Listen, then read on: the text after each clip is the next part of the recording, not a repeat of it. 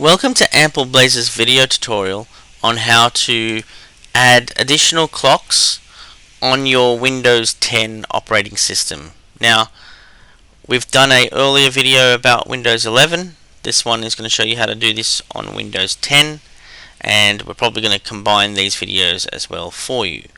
So, with Windows 10, all you need to really do is go to the clock and go to date and time settings, and then on the top right hand side you've got add clocks for different time zones. Click that and you can see here the same window we have for Windows 11 comes up, and you've got additional clocks as a tab. You tick the box, you choose the city, usually the first one is your main clock, give it a name, and then enable the second clock.